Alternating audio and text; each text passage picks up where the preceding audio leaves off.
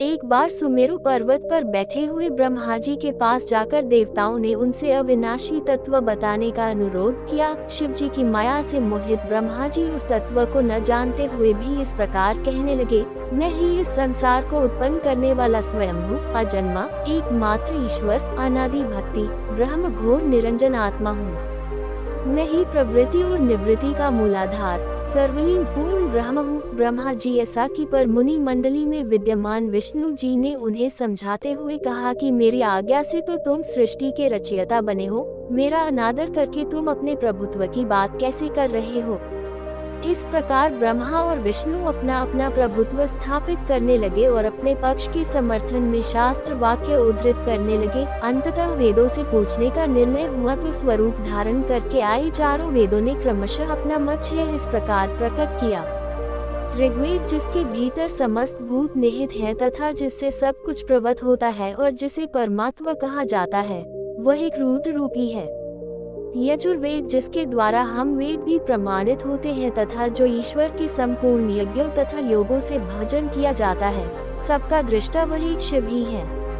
सामवेद जो समस्त संसारी जनों को भरमाता है, जिसे योगी जन ढूंढते हैं और जिसकी भांति से सारा संसार प्रकाशित होता है, वे एक त्रयंबक शिव जी ही हैं। अथर्ववेद जिसकी भक्ति से साक्षात्कार होता है और जो सब या सुख दुख अतीत अनादि ब्रह्म है, वे केवल एक शंकर जी ही हैं। विष्णु ने वेदों के इस कथन को प्रताप बताते हुए नित्य शिवा से रमन करने वाले दिगंबर पीतवर्ण धूली दूसरे प्रेमनाथ कुबेटाधारी सर्वावेष्टित विपिन वही निसन शिव जी को पर ब्रह्म मानने से इनकार कर दिया। ब्रह्मा विष्णु विवाद को सुनकर ओंकार ने शिव जी की ज्योति नित्य और सनातन पर ब्रह्म बताया, परंतु फिर भी शिव माया से मोहित ब्रह्मा विष्णु की बुद्धि नहीं बदली। उस समय उन दोनों के मध्य आदि अंत रहित एक ऐसी विशाल ज्योति प्रकट हुई कि उससे ब्रह्मा का पंचम सिर चलने लगा। इतने में त्रिशूलधारी नील लोहित शिव वहां प्रकट हुए तो अज्ञानतावश ब्रह्मा उन्हें अपना पुत्र समझकर अपनी शरण में आने को कहने लगे। ब्रह्मा की संपूर्ण बातें सुनकर शिव जी अत्यंत क्रोध हुए और उन्होंने तत्काल भैरव को प्रकट कर उससे ब्रह्मा पर शासन करने का आदेश दिया। आज्ञा का पालन करते हुए भैरव ने अपनी बाईं उंगली के नखाग्र से ब्रह्मा जी का पंचम सिर काट डाला। भयभीत ब्रह्मा शतरुद्री का पाठ करते हुए शिव जी के शरण हुए। ब्रह्मा और विष्णु दोनों को सत्य की प्रतीति हो गई और वे दोनों शिव जी की महिमा का गान करने लगे। ये देखकर शिव जी शांत हुए और उन दोनों को अभयदान दिया।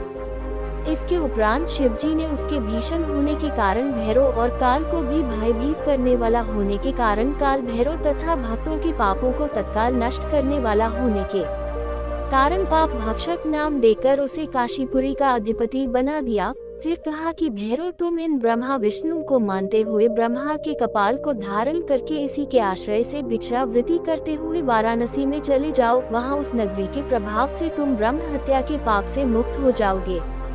शिव जी की आज्ञा से भैरव जी हाथ में कपाल लेकर ज्यों ही काशी की ओर चले, ब्रह्म हत्या उनके पीछे पीछे हो चली। विष्णु जी ने उनकी स्तुति करते हुए उनसे अपने को उनकी माया से मोहित न होने का वरदान मांगा। विष्णु जी ने ब्रह्म हत्या के भैरव जी के पीछा करने की माया पूछना चाही तो ब्रह्म हत्या ने बताया कि वह तो अपने आप को पवित्र और मुक्त होने के लिए भैरव का अनुसरण कर रही है।